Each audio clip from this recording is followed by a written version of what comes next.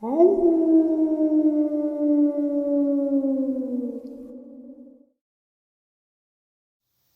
greetings and salutations, everyone. I do hope everyone is still doing well, and welcome to today's bonus upload.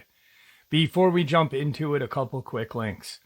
As many of you know, I rely on Patreon, PayPal, channel membership, and the merch to help the channel to continue to grow and go. Links to Patreon, PayPal, and channel membership is in the description below. Merch displayed directly under the video. Also, Dogman Frightening Encounters, Volume 1 through 3, the audiobook versions. They were written and researched by Tom Lyons, narrated and produced by me, Jeff Nadolny. Those audiobooks are available on Audible, Amazon, and iTunes, links to which are also in the description as well. And finally, last but definitely not least, if you'd really like to help support this channel to continue to grow and go, simply subscribe. It does not cost a cent. Click the like button. It takes half a second. If you don't want to miss out on any of the informative uploads that I put out daily, click the bell icon. And folks, please leave a comment. Why? Well, because all these things really do help this channel to continue to grow and go. They definitely do matter, and they are appreciated. And with that, I have taken far too much of your time. Let's jump in to this bonus upload, shall we? In the spring of 1990, researcher Jason Bishop sent copies of the following report to a select few investigators, and later gave permission for that report to be distributed among a wider readership. Is the object described within the report a product of a secret technology being developed by the military-industrial complex as part of some covert or deep cover space program? Or does it involve something a bit more alien? That mere top-secret black project research and top-of-the-line Vanguard aircraft designs, the Stealth series, the Aurora, etc., which are being developed at the Nevada test sites? Or could it be the combination of both? The transcript is titled Recollections and Impressions of Visit to Dulce, New Mexico, October 23rd, 24th, 1988, is reproduced in its entirety right here. Upon my arrival, I was introduced to Dr. John F. Gilly, a French national. Dr. Gilly has a Ph.D. in math and physics from the University of Paris. He had worked very closely with the French government on UFO phenomena in that country. Side note, Dr. Gilly had also researched a report on another Dulce-like base near Pine Gap, Alice Springs, Australia. This base is a massive multi-level facility run by the Club of Rome, which, like the Bilderberger organization, is reputedly a cover for the Bavarian Illuminati. The article spoke of anti-gravity disk research and plans to make Pine Gap a major control center for the New World Order. Pine Gap is equipped with whole levels of computer terminals tied into the major computer mainframes of the world, which contain the intimate details of most of the inhabitants of industrialized nations.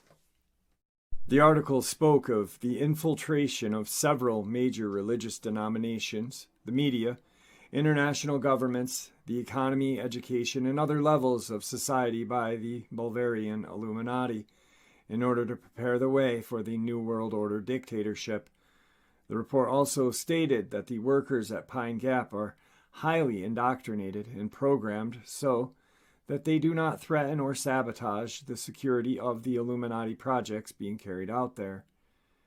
Bishop continues that he has not worked in his chosen field for 15 years, having devoted all of his time to research on UFOs. Dr. Gilly is an amiable, forthright man. He has no reservations about expressing his own views on the subject. he does hold several beliefs that border on the paranormal. Dr. Gilly and his wife Elaine with him. My personal view of him is one of caution. Until I get to know him better, I feel that I should be very careful.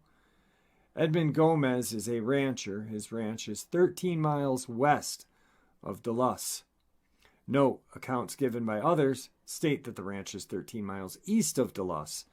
However, whatever the case may be, it's safe to say that the ranch is 13 miles from Dulce. From 1975 until 1983, the Gomez Ranch was the scene or epicenter for most of the cattle mutilations that took place in the northern New Mexico, southern Colorado area. He had stated that his family homesteaded the Dulce area for 111 years, and that as a result of these mutilations, they lost $100,000 in cattle over an 8-year period time. One of these cases occurred only 200 yards behind his home. He has shown the area. Edmond was very open and discussed with me the various mutilation cases that had occurred on his ranch and on those of others. Upon our return from the mountain trip, he invited me to his home where he shared with me various photographs, clippings, letters, etc. relating to the cases. He loaned me several overhead photographs of the Mount Archuleta area. I hope to be able to have them examined through image intensification techniques. Edmund also told me about the many times that combat-ready troops had been spotted in the area. Some of these troops were found in areas that are only gotten to through four-wheel drive trucks or on foot. It's a very rugged country. The troops were also spotted in areas that only the Apache have permission to go. When the reported experimental aircraft went down in 1983, there were hundreds of troops, armed to the teeth, reported in the area. When approached, the troops would run and disappear. Participants in the Mount Archuleta expedition were Gabe Valdez, Edmond Gomez, Dr. John Gilly, Manuel Gomez, Edmund's brother, and Jeff and Matt Valdez, Gabe's son. Because of Gabe's position as head of the state police in Dulce, and Edmond being a part of the community, we were given permission to go onto the mountain. It is located on the Apache reservation. We left around 14:30 hours, Sunday, 23rd of October, 1988. We used Gabe's four-wheel drive pickup, and we got to the mountain. The road was incredibly difficult. At one time, we had to dig out the side of the mountain in order to allow the truck to pass. At about 17:30 hours, we arrived at the proposed campsite. It was on a relatively flat area, about 300 yards from the peak of Mount Archuleta. Gabe and Edmond both told me that in 1978 there was an agreement between the Ute Indians of Colorado and the federal government. This agreement consisted of the Ute Nation receiving all the territory now occupied along the New Mexico/Colorado border. With the explicit agreement that they would strictly enforce a no trespassing regulation along the border of their territory. Therefore, it is not possible to even cross the Ute Reservation without special permission from the tribal headquarters. If you are caught without this permission, you are liable for a fine and/or jail time and expulsion. There is now a road leading to the Archuleta area through the reservation. It is patrolled by the Indian Forest Service. Some notes: the Colorado border is only a relatively few miles away from and to the north of the Archuleta Plateau. At 1951 hours, all 7 of us spotted a very bright light coming from the northwest at a very high rate of speed. The object appeared to be boomerang-shaped with a very bright light just below its center. Some have alleged that these boomerang-shaped vehicles may have some connection with a super-secret black-budget space operation called Alternative 3. The light was a bright white/blue and green. As it approached, it slowed down, obviously under intelligent control, seemed to reverse direction, finally stopping. When it stopped, a shower of what appeared to be sparks were emitted from each end of the boomerang, and then it began moving forward again and disappeared from sight at a very high rate of speed.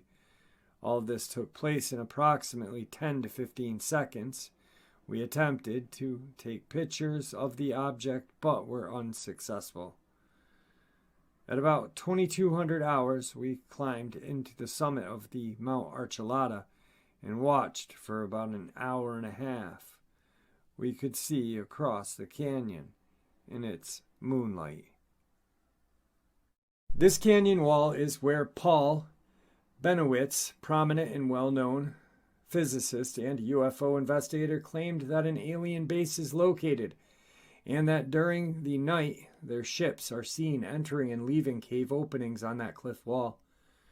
During our stay on the peak, we saw 2 very bright lights on the cliff walls in the exact location where Paul said the base openings were. There are no roads on this cliff. The lights would appear suddenly and then fade over a period of time until you could not see them anymore. At this time, we also heard voices that sounded like radio transmissions. The voices were not understandable, but they were nonetheless. The same light pattern was seen by myself and Edmond Gomez as we sat on the cliff at about 0100 hours. We also heard voices. At one time, we thought we could hear trucks moving, but we could not be sure about this. After 200 hours, there were no more sightings or sounds. On October 24th, 1988, the entire party climbed to the peak once again. We were looking for evidence that there had been a crash of an experimental aircraft flown by the Air Force General in 1983. The crash was reported in the newspapers for 2 days as a small plane and hushed up. The craft was rumored to be a captured UFO flown by Americans. We were hoping to prove that there indeed had been a crash, but also to find some physical evidence. Dr. Bennewitz reported that the craft had clipped off a large tree in its descent, had hit another tree, regained altitude, skimmed over the peak of Archuleta, and hit the 3rd tree in the valley north of the peak. It was then reported to have hit the ground, flipped over twice, and came to rest. We found the trees as reported by Bennewitz. They were in all line with each other and the final resting place.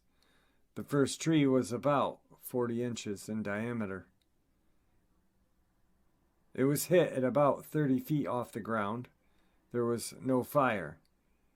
I had taken samples of this tree for analysis. The other 2 trees were similar, but smaller, approximately 12 to 20 inches in diameter. There was evidence of a fire with these.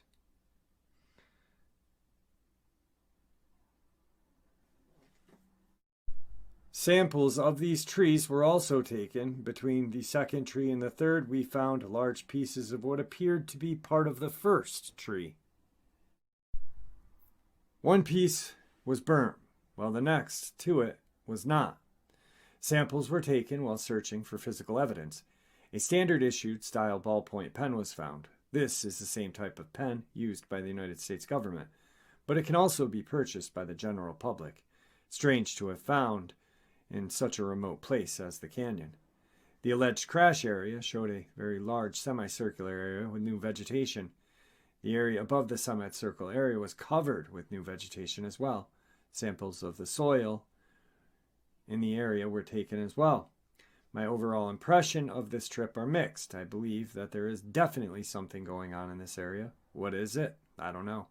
Perhaps there is a base there. Perhaps it is jointly operated by aliens and the U.S. government, as claimed by John Lear. Then again, it could be a U.S. base so super secret that there are no fences around it to arouse any suspicion. Then again, I can't say for sure. I do know that the evidence that we found and saw definitely points to the fact that something is going on in this area. In apparent confirmation of the above, Gov'T, the former state police of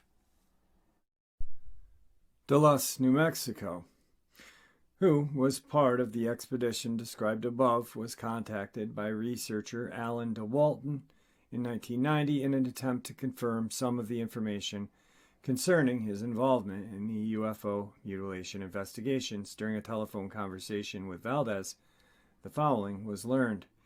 He and others had seen strange flying objects in the area. However, he himself was unsure whether these were UFOs of alien origin or some type of top-secret aircraft being tested by some secret faction of the government.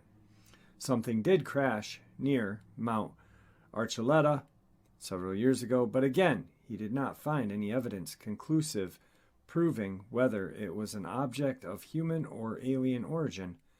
There is another road leading to the Mount Archuleta area and Mesa, aside from the one which goes through the Ute Indian Reservation. As for the Ute Reservation Road, much of it is in good condition, paved. Only the area around the Archuleta region itself requires four-wheel drive vehicles. He did investigate cattle mutilations, and at least in some cases a known nerve agent was discovered in the carcasses, and other indications suggesting that the cattle were being used in research in DNA experiments. Quite by accident, while scanning the internet, I was surprised to discover yet another confirmation of these events described earlier by Jason Bishop. This third confirmation of UFO activity near Dulce, New Mexico, by members of the expedition team were given by none other than John Gilley, one of the Mount Archuleta expedition team members mentioned earlier. Gilley's own report follows. Subject: UFO report from Dulce, New Mexico. File UFO 749. Summary report of UFO sightings over Mount Archuleta, New Mexico, on October 23, 1988, by John F. Gilley. Location and time: southern slopes of Mount Archuleta, 5 miles northwest of Dulce, New Mexico. Location of the phenomenon: south to north trajectory for about 2 miles, stopping very close to Mount Archuleta summit. Estimated closest observation distance: 480 yards. Distance from observers to the spot where the UFO was spotted: 510 yards. Time: 7:51 p.m. Mountain Time. Duration: an estimated 5 to 6 seconds.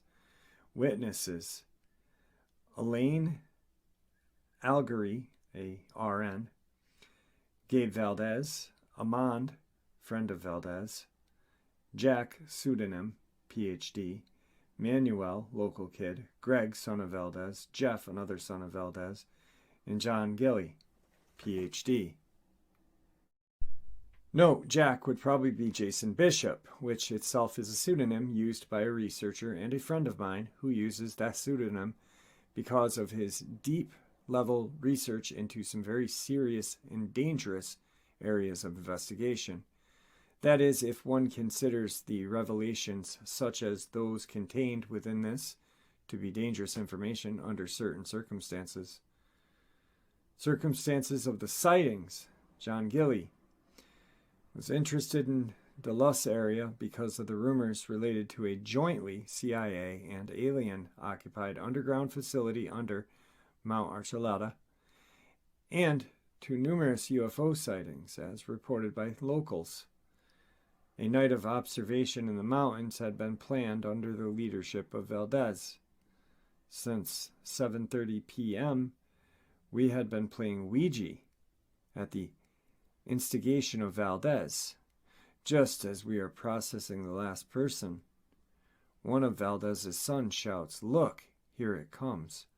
No, I, Gilly, do not make the statement that there was a causal correlation between that we had just been doing and what we saw next. I merely report two consecutive events in which may or may not have been correlated. Look of the phenomenon. The object came from the south at great speed on a flat, straight, rectangular, horizontal trajectory, resulting in a perfectly straight, luminescent, yellowish line. It was definitely not a plane or a shooting star. There was no sound coming from the object. The object stopped dead in its tracks near the top of the mountain. At the same time, it became extremely luminous, lighting at least half the sky. There was a display of various colors, yellow, pink, green, and a shower of sparks. Then the object folded on itself and disappeared. Annexes, maps. New Mexico maps, U.S. Geological Survey maps, Wirt Canyon. Photos, group photo of the witnesses, campsite, Mount Archuleta. The trajectory was about 2,000 feet above the lowest point under the estimated path of the object, which is the Navajo River elevation, 6,600 feet. The September 10th, 1990 issue of UFO Universe related the following under the title heading, William F. Hamilton III, UFO's Mystery Man to Reveal Cosmic Top Secrets. Until just recently, William F. Hamilton III managed to keep up a relatively low profile so that he could continue his work in private and without needless interruption from well-meaning and nevertheless prying eyes. Adamantly, his name is not known in every household, but the fact of the matter is that Bill is highly respected among his peers. Indeed, what he has to say is as important and vital as the words of flying ace John Lear and former Navy intelligence officer William Cooper, who have gone on record regarding the alien conspiracy. In fact, much of what Hamilton maintains is consistent with the theory that there is a massive government cover-up on the UFOs and alien visitations that reaches right up to the president's private office door, and that the United States military has made a secret pact with a group of aliens known as the Greys. They are on Earth mutilating cattle, abducting humans for experimental purposes. Supposedly, the Greys have taken over several top-secret underground military facilities and certain branches of the government who are working hand-to-hand with these entities to bring about total domination of the world, while a second group of extraterrestrial is here trying to protect us.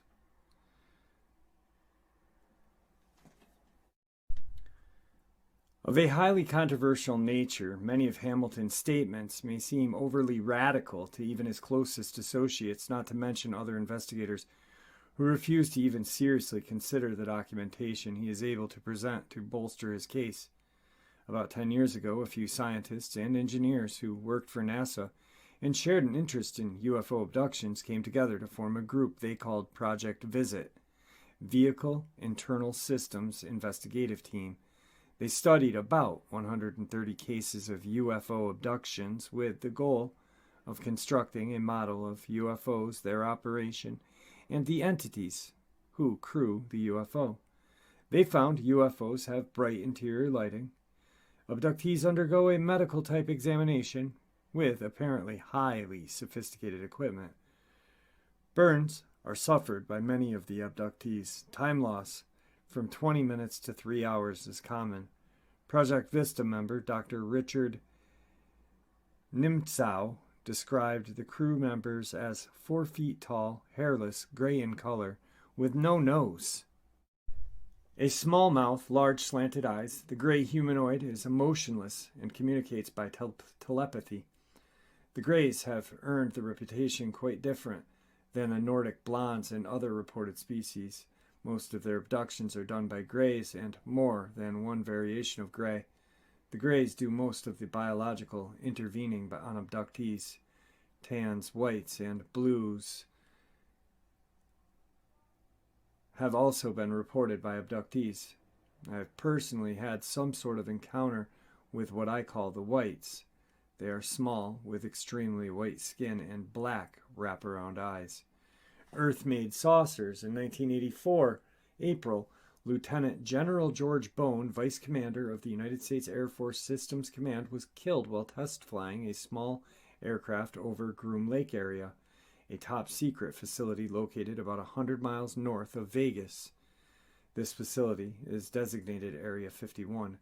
The Systems Command reputedly uses the facility to test fly spy planes, such as the SR-71 Blackbird or its successor, the Aurora.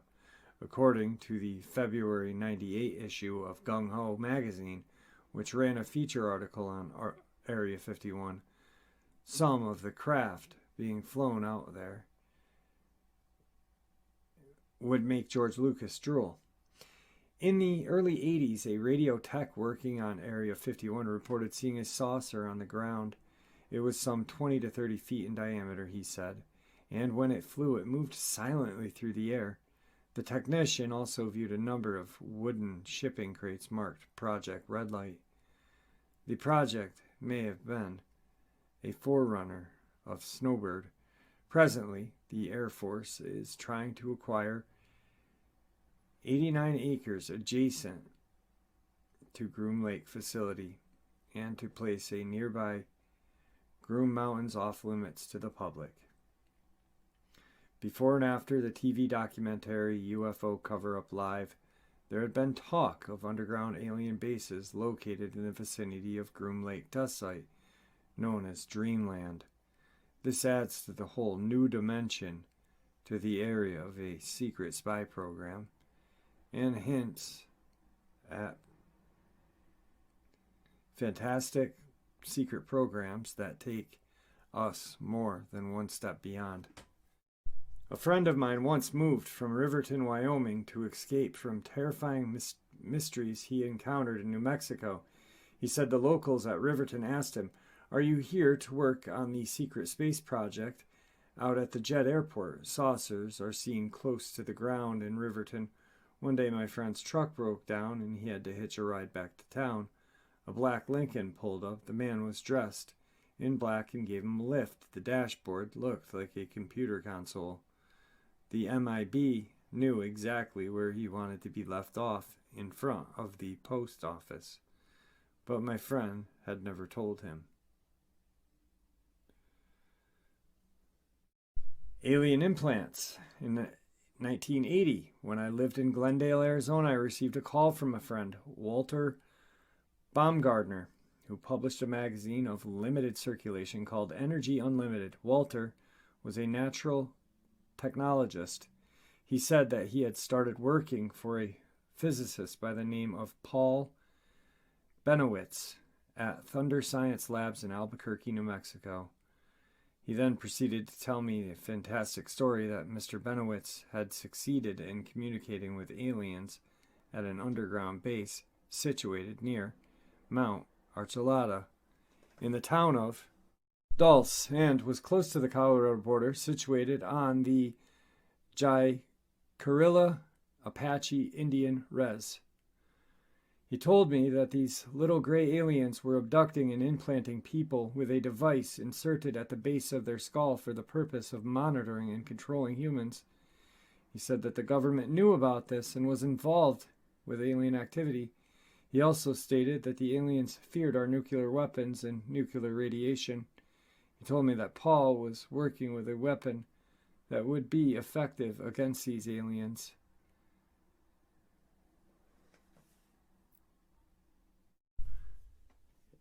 April 1st and 2nd, I spent 24 hours visiting John Lear at his home in Vegas. He took out a stack of papers and had me peruse them at my leisure. His study room had walls covered with aircraft photos and certificates. There is no doubt in my mind that John loved flying. John is a soft-spoken individual and frequently while visiting. I've watched him putter in his garden. We discussed Area 51. John had some long-distance photos of Groom Lake facility. The one thing that stood out in one photo was a radio telescope pointing straight up in the midst of the group of buildings. The scope was probably tracking any overhead spy satellites. He showed me the reference in the February 1988 issue of Gung Ho magazine that insisted that spacecraft were being test flown at this facility. John heard rumors that the Greys had a base under the Grooms Mountain. This is the one we believed is called Dreamland. One of my sources, a leak, says DREAM is an acronym that stands for Data, Repository, Establishment, and Maintenance. John told me the story of Mr. K, whose son Robert was trapped inside the Joint Human-Alien Underground Base in Utah. This Robert had apparently worked in Dulce base. At one time, Mr. K felt like he was being given the runaround by the military in his attempts to locate his son. I learned that there were few technical people who worked in the Sandia Labs in Albuquerque who were interested in alien activity. One man I talked to, CR, knew a mysterious Colonel Ronald Blackburn, who was reputed to have said that there were 600 aliens at the Groom Lake facility in Nevada. CR had investigated a UFO crash in Gallup, New Mexico in '83. This one was also investigated by Tommy Roy Bland. I heard the Colonel Edwards at Albuquerque, who knew the AFOSI agent Richard Doty, both of whom worked with Paul Benwitz in his investigations of alien activity taking place in the Dulce base. Doty had talked to some investigators about the government cover-up. Why, I don't know. On April 19th, 1988, my wife and I arrived in Dulce, New Mexico at about 4:30 p.m. Dulce was a beautiful little mountain town sitting at an elevation exceeding 7,500 feet. There was still snow on the ground by the Best Western Motel. I checked into a motel and called Gabe Valdez. He came over to see me at about 9:30 p.m. We talked about UFOs and cattle mutilations. He said that he has not seen any mutes since 81 or 82. I read him the letter written by Richard Doty, in which Doty denies all involvement with UFO secrecy. He said Doty was not telling the truth. This proved true because Doty started talking again. He told me that Doty wrote a report that stated that Paul Benwitz was being investigated. Later, Gabe offered us a ride around Dulce. He took us in his patrol car and showed us some of the routes. He said he saw glowing orange lighted airships flying silently around the area frequently. He never saw these airships at daytime, though. We took a look at the Gomez Ranch site of some of the mutes that took place in 1978. We asked about Benwitz's belief that there was a secret underground alien base in the area. He said he believed about 80% of Benwitz said concerning alien activity in the area. He definitely seemed to think there was a base in the area, but his idea of where it is located was different than Paul's. He thought the base might be south of Dulce, closer to the Gomez Ranch. He said he had not found any entries to the base. He had found landing tracks and crawler marks near the site of the mutes.